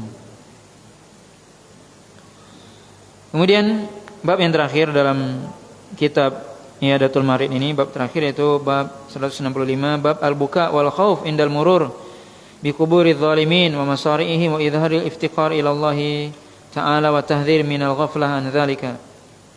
Yaitu bab yang menjelaskan tentang dianjurkannya menangis dan takut ketika melewati kuburan orang-orang yang zalim, dan juga melewati tempat mereka atau negeri mereka yang dihancurkan, dan memperlihatkan rasa takut dan butuh kepada Allah SWT, dan juga agar menjauhi dari kelalaian, ya, atau lalai terhadap hal tersebut, atau mengambil pelajaran dari hal tersebut. Maksudnya apa?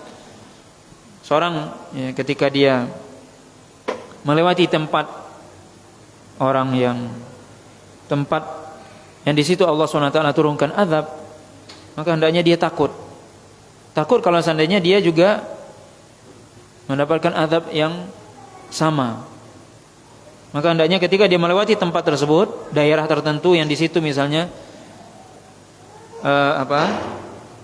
di situ pernah terjadi kejadian yang Allah SWT siksa penduduk tersebut, penduduk kampung tersebut atau negeri tersebut, maka kita takut melewatinya.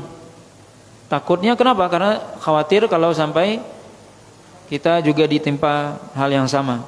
Kemudian juga kalau bahkan disuruh untuk menangis dan khawatir, dan bahkan jangan sampai kita menjadi orang yang lalai. Dari apa? Melalai maksudnya mengambil pelajaran dari apa yang kita lewati tersebut. Ya, ketika kita melewati suatu tempat, kita mengambil pelajaran, mestinya ini tempat orang yang sudah disiksa oleh Allah SWT. Kita melewatinya mengambil pelajaran mestinya. Ini yang dianjurkan. Ini yang dianjurkan, ya. Bukan malah naudzubillah di zaman kita ada melewati tempat-tempat yang di situ justru sudah jelas di situ misalnya tempat maksiat dan sebagainya, atau tempat yang sudah dihancurkan oleh Allah, justru dia selfie di situ dan sebagainya. Naudzubillah. Selfie berarti apa? Dia senang berarti. Orang selfie itu kan pasti senang. Justru yang disuruh apa? Menangis atau merasa takut. Ini tidak dibolehkan. Sebenarnya nanti disebutkan dalam hadis ini. Yaitu tempat kaum Tsamud misalnya, itu terjadi ada di Hijr antara Madinah dengan Syam. Sampai hari ini masih ada kaum Tsamud, yaitu tempatnya negeri kampungnya kaum Tsamud, ya. Masih ada sampai sekarang. Enggak boleh ke sana itu kecuali apa? Nabi nanti akan disebutkan bahwasanya beliau melewati tempat itu dengan cepat, bersegera. Dan beliau melewati itu bukan untuk tamasya, untuk rihlah ke situ, bukan. Karena mau melakukan melewati itu karena mau ke Tabuk. Mau perang Tabuk, ya. Maka mereka tidak ada jalan kecuali melewati itu. Maka hendaknya apa? Nabi bersegera dan melarang para sahabat untuk lambat di situ dan sebagainya. Bahkan dilarang untuk minum dari wadi, dari lembah tersebut, kecuali sumur yang dipakai oleh Nabi Soleh saja, dan seterusnya. Dilarang, ya, oleh Allah SWT. Sebagaimana juga disebutkan negerinya kaum Nabi Lut yang dihancurkan oleh Allah SWT. Negeri Sadum, ya, itu nggak boleh ke situ. Kecuali apa? Kecuali karena ingin ya mengambil pelajaran dan menangis di situ, bukan selfie di situ. Naudzubillah. Nah, ini sebuah bencana. Ya. Orang pergi ke tempat seperti itu, kemudian ini tempat apa? Yang dilaknat oleh Allah SWT. Khawatir kita dapat laknat juga. Ini padahal, ya, ini perlu diperhatikan. Padahal kejadiannya sudah lewat. Kejadiannya sudah lewat. Ini dilarang kita ke situ untuk selfie dan sebagainya. Tempat-tempat yang di situ Allah SWT murka di situ, maka dilarang kita lewati di situ kecuali apa? Terpaksa. Justru orang sekarang dia tujuannya untuk piknik, naudzubillah, tur. Ini bertentangan dengan syariat. Ini kejadiannya sudah lewat. Lalu bagaimana dengan mendatangi tempat maksiat, naudzubillah?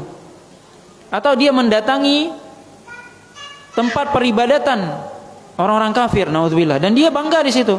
Nah, maka tidak boleh. Ini juga perlu dipahami. Ini seorang melakukan perjalanan kemana, dia bertamasya, masuk ke tempat rumah ibadah orang kafir, kemudian dia selfie, enggak boleh di situ. Kenapa? Karena di situ tempat kemurkaan Allah. Apa Anda tidak berpikir kalau Anda berada di situ, dicabut nyawa Anda di situ, gimana? Ini yang perlu dipahami. Kenapa kita bukan melarang Anda tur, piknik dan sebagainya, tapi tur kemana? Tempat yang boleh, yang baik. Bukan ke tempat peribadatan orang kafir. Ini menjadi tren sebagian orang di zaman sekarang, naudzubillah. Ini orang enggak paham agama. Pergi ke tempat pikniknya tempat orang kafir, tempat apa? Tempat peribadatan orang kafir. Oh, kata dia itu salah satu keajaiban dunia dan sebagainya. Macam-macam lah namanya. Untuk apa? Untuk menggayat orang supaya datang ke situ. Dibikin nama-nama yang ini.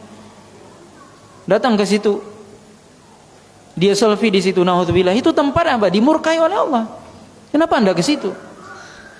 Atau ke gereja, yang gereja itu misalnya termasuk keajaiban atau apalah, macam-macam disebut. Tidak boleh ke situ. Itu tempat yang dimurkai oleh Allah. Atau tempat maksiat.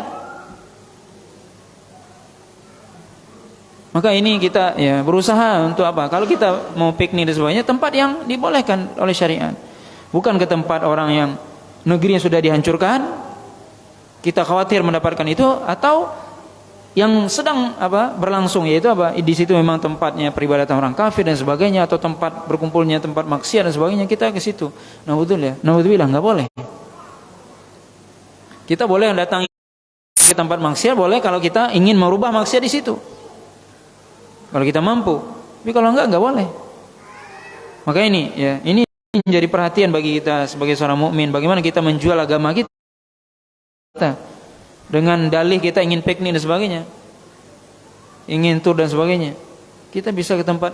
Bukankah dunia ini lapang, dunia ini luas, tempat yang halal ada, tempat yang baik ada. Kenapa tempat yang buruk, tempat maksiat, tempat yang dimurkai oleh Allah Anda datangin? Kita akan ditanya oleh Allah, kenapa Anda datang ke situ? Kemudian kita menghabiskan waktu kita, uang kita, harta kita ke situ. Coba harta kita ditanya sama Allah, kenapa kamu habiskan untuk pergi ke tempat maksiat? Ke tempat yang dimurkai oleh Allah SWT. Kalau ke tempat maksiat aja nggak boleh, apalagi ke tempat induknya maksiat. Apa induknya maksiat? Peribadatan orang kafir. Di situ ada patung, ada apa semua, itu kan tempat yang dimurkai oleh Allah. Kalau tempat maksiat saja nggak boleh kita datangin, ini tempat maksiat ini. Maksiatan yang paling besar apa? Kekufuran, kesyirikan. Datang kita ke tempat kesyirikan ini, kita selfie pula di situ. Naudzubillah. Kita akan ditanya oleh Allah, dan ini berbahaya buat apa? Agama kita, akidah kita. Ini orang yang tidak mengerti agama. Ya, di zaman kita sekarang ini orang mukmin harus paham dia agama yang benar, akidah yang benar. Dia tidak mengatakan ini kan cuma nuzha, untuk main-main atau untuk relax. Tempat bumi Allah ini luas. Kenapa tidak mencari tempat yang halal, yang baik? Kemudian kita ingat, kalau kita berada di situ, ingat kalau kita dicabut nyawa kita ketika berada di situ, naudzubillah. Bahkan kadang-kadang ketika berada di situ harus ada ritual-ritual pula. Naudzubillah, ini bahaya. Kemudian apa lagi? Ingat harta kita belanjakan, kita habiskan. Maka sebaik-baik piknik apa? Sebaik-baik piknik adalah umroh. Itu sebaik-baik piknik. Perjalanan yang paling baik adalah umroh, mendatangi 2 kota suci, Makkah, Madinah, tidak ada selain itu. Kalau Anda punya uang banyak, udah pergi piknik ke sana. Bukan mendatangi tempat maksiat atau tempat kesyirikan, kekufuran, naudzubillah, tempat ibadahnya orang kafir, nggak boleh. Ya, ini jadi pelajaran bagi kita. Ya, apalagi kita sampaikan orang yang tidak paham agama. Kemudian dia selfie pula di situ, naudzubillah. Dia enggak ngerti, dia berada dalam kemurkaan Allah Subhanahu wa taala. Dia datang ke situ. Maka ya perjalanan yang paling bagus apa? Mendatangi ya tempat yang mubah, boleh kita datangi gunung, kita ke laut apa yang tidak ada maksiat. Atau yang paling utama apa? Mendatangi 2 tanah suci, Makkah, Madinah, itu yang paling utama. Itu yang paling utama. Nah, wallahu ta'ala. Ini di sini disebutkan oleh Imam Nawawi satu hadis, ya. Itu hadis yang ke-955. An Abdullah bin Umar radhiyallahu ta'ala anhuma anna Rasulullah sallallahu alaihi wasallam qala li ashabihi yani lamma wasalu al-hijr diyar Thamud la tadkhulu ala haula'il mu'adzabin illa an takunu bakin fa illam takunu bakin fala tadkhulu alaihim wa la yusibukum ma asabahum, muttafaqun alaih. Wa fi riwayatin qala lamma marra Rasulullah sallallahu alaihi wasallam bil hijr qala la tadkhulu masakinal ladzina zalamu anfusahum ayusibakum ma asabahum illa an takunu bakin. Thumma qanna Rasulullah sallallahu alaihi wasallam ra'sahu wa asra'a sayra hatta ajazal wadi. Rasulullah sallallahu alaihi wasallam, Abdullah bin Umar mengatakan bahwasanya Rasulullah sallallahu alaihi wasallam pernah berkata kepada para sahabatnya ketika melewati Hijr. Hijr itu kampungnya kaum Tsamud tadi kita sebutkan. Kapan ini Nabi melewati ini? Ketika melakukan perjalanan ke negeri Syam, ketika mau perang Tabuk. Jadi Hijr ada surah Al-Hijr, ya. Itu adalah diyar kampungnya kaum Tsamud. Kaum Tsamud yang Allah katakan tanhituna jibala buyuta, yang mereka memahat gunung-gunung. Kaum Tsamud kaum yang hebat. Maksudnya yang kuat, mereka pahat gunung itu. Maka peninggalan mereka masih ada sampai hari ini, masih ada di daerah yang disebut Diyar Tsamud atau disebut dalam Al-Quran Al-Hijr. Dan Nabi SAW melewati itu ketika ingin pergi dari Madinah, melakukan perjalanan dari Madinah ke negeri Syam. Ngapain Nabi ketika itu ingin melakukan perang Tabuk, ketika perjalanan perang Tabuk ketika itu, dan harus melewati itu. Apa kata Abdullah bin Umar? Rasulullah SAW mengatakan ketika melewati lembah Samud tersebut, la tadkhulu ala haula'il mu'adzabin, jangan kalian melewati atau masuk ke kediaman, ke tempat lembah orang-orang yang sudah disiksa oleh Allah SWT tersebut, kecuali dalam keadaan bakin. Kalau kecuali dalam keadaan Anda menangis. Kenapa menangis? Karena kita khawatir juga kita diazab seperti mereka, dihancurkan oleh Allah SWT. Kaum Tsamud yang kuat, yang besar, yang hebat menurut mereka ketika itu, Allah kirimkan angin yang kuat, hancur mereka seketika di dalam rumah-rumah mereka yang mereka menganggap mereka adalah kaum yang kuat ketika itu. Fa ilam takunu bakin, kata Nabi, kalau kalian tidak bisa menangis ketika mengambil pelajaran dari itu, tidak ingat ya. Jadi apa? Ketika masuk itu ingat kaum Tsamud, yang mereka adalah kaum yang besar, yang kuat, kemudian Allah hancurkan mereka, diberikan musibah. Maka orang ketika ingat musibah apa? Dia menangis. Kata Nabi, fa ilam takunu bakin fala tadkhulu alaihim. Kalau kalian tidak bisa nangis, jangan masuk, jangan lewati situ. La yusibukum ma asabahum, jangan sampai kalian ditimpakan oleh Allah SWT apa yang Allah timpakan kepada mereka. Hadis ini diriwayatkan oleh Imam Bukhari dan Muslim. Dalam riwayat yang lain disebutkan ketika Nabi SAW melewati Hijr, Nabi mengatakan jangan kalian memasuki tempat rumah-rumah mereka, ya, rumah-rumah mereka masih ada, yaitu rumah orang-orang yang mereka menzalimi diri mereka sendiri, yang mana Allah SWT menimpakan mereka. Jangan sampai Allah menimpakan kepada mereka apa yang mereka, yang menimpakan kepada kalian apa yang Allah timpakan kepada mereka, kecuali kalau kalian dalam keadaan menangis. Kemudian Nabi SAW ketika melewati itu, qanna'a Rasulullah SAW ra'sahu, yaitu Nabi ditutupi kepalanya ketika melewati itu. Wa asra as-sayr, dan Nabi menyegerakan, mencepatkan jalannya ketika berada di lembah Samud tersebut. Wa hatta ajazal, sampai beliau melewati lembah Samud tersebut, sampai Nabi melewati kaum rumah tempat tinggalnya kaum Samud atau kaum Nabi Saleh tersebut. Maka ini yang dianjurkan oleh Nabi SAW, ya. Ketika kita melewati tempat yang di situ dimurkai oleh Allah SWT, hendaknya kita mengambil pelajaran untuk kita jangan sampai ditimpakan pula hal yang sama. Maka hendaknya ketika melakukan perjalanan yang diambil pelajaran itu adalah Allah SWT mengatakan afalam yasiru fil ardi fayanzuru kaifa kana akibatul mukadzibin, kata Allah. Afalam yasiru fil ard, apakah mereka tidak berjalan di muka bumi? Apa tujuan kita melakukan perjalanan di muka bumi ini? Melihat, berjalan, piknik dan sebagainya, agar kita melihat, memperhatikan bagaimana akibat orang yang melakukan kerusakan atau yang Allah SWT azab.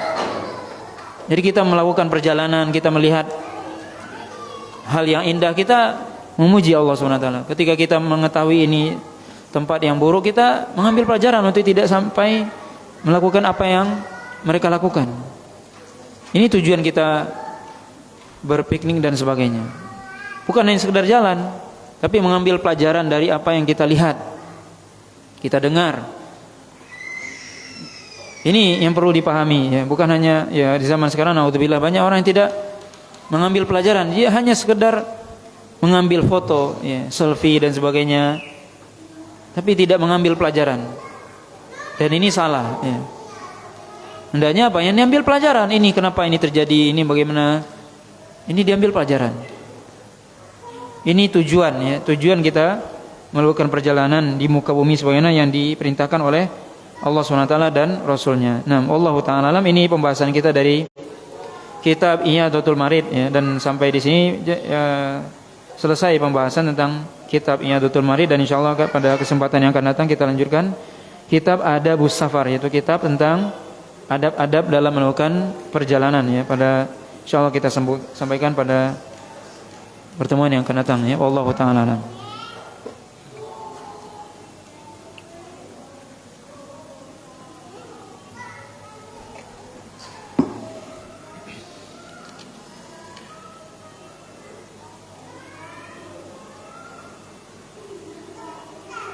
Ya. Bagaimana bagusnya kita bersedekah untuk memberi kepada orang yang sholat atau yang tidak sholat? Nah, tentunya ini di sini lihat kemaslahatannya apa, ya. Kalau ditanya secara umum, tentunya kita lebih mendahulukan menolong, membantu orang yang taat, tentunya. Secara umum, ya, kita berinfak atau bersedekah atau membantu orang yang lebih dekat dengan kita, lebih dekat secara nasab, ya, orang tua, anak, keluarga, atau termasuk orang yang lebih dekat dengan kita, maksudnya juga orang yang taat. Semakin taat orang itu, kita semakin bantu dia. Itu secara umum, ya, tentunya itu yang didahulukan, mereka didahulukan. Tapi bisa saja atau boleh saja kita membantu orang yang tidak sholat dengan tujuan mudah-mudahan dia bisa kita dakwahi supaya dia sholat, gitu maksudnya. Boleh itu. Kalau kita kira-kira, ya, kalau orang ini kita bantu yang tidak sholat ini, apalagi dia dalam keadaan yang sulit, misalnya momennya pas, dan kita selipkan nasihat kita agar dia sholat, kira-kira dia menerima, maka itu lebih utama. Itu namanya ta'liful qulub, ya. Agar kita melunakkan hatinya untuk sholat, misalnya untuk beribadah kepada Allah SWT, itu dibolehkan. Maka dalam keadaan tertentu bisa saja kita membantu orang yang tidak sholat tadi dengan tujuan ta'liful qulub, ya. Sebagaimana Nabi juga melakukan itu. Yaitu ketika apa? Ketika Nabi SAW membagi harta rampasan perang ketika perang Hunain. Ketika perang Hunain, kita tahu bahwasanya perang Hunain terjadi ketika setelah Fathul Makkah, setelah penaklukan kota Makkah. Ketika penaklukan kota Makkah, lebih kurang 2000 penduduk Makkah ketika itu masuk Islam. Sampai Allah ceritakan apa? Wa ra'aitan nasa yadkhuluna fi dinillahi afwaja, dan kalian melihat manusia masuk ke dalam agama Islam secara berbondong-bondong ketika Fathul Makkah. Kemudian setelah Fathul Makkah, Nabi menaklukkan Hunain, ya, memerangi Hawazin. Terjadi perang Hunain, Gelembah Hunain, memerangi kaum Hawazin ketika itu. Maka ketika itu dapat rampasan perang yang sangat banyak, yang belum pernah sebelumnya terjadi. Rampasan itu sangat banyak. Nabi ketika itu apa? Tidak memberi harta rampasan itu sedikit itu kepada kaum Muhajirin dan Ansor. Padahal Muhajirin dan Ansor jumlahnya 10.000 orang datang dari Madinah. Bisa bayangkan itu melakukan perjalanan jauh dari dari Madinah ke Mekah untuk menaklukkan kota Mekah, kemudian memerangi Hawazin. Tapi setelah mendapatkan harta rampasan perang, Nabi tidak ngasih harta rampasan itu sedikit pun kepada kaum Muhajirin dan Ansor. Tapi justru diberikan kepada orang-orang musyrik kafir Quraisy yang baru masuk Islam ketika itu, yang lebih kurang 2000 orang baru masuk Islam ketika itu.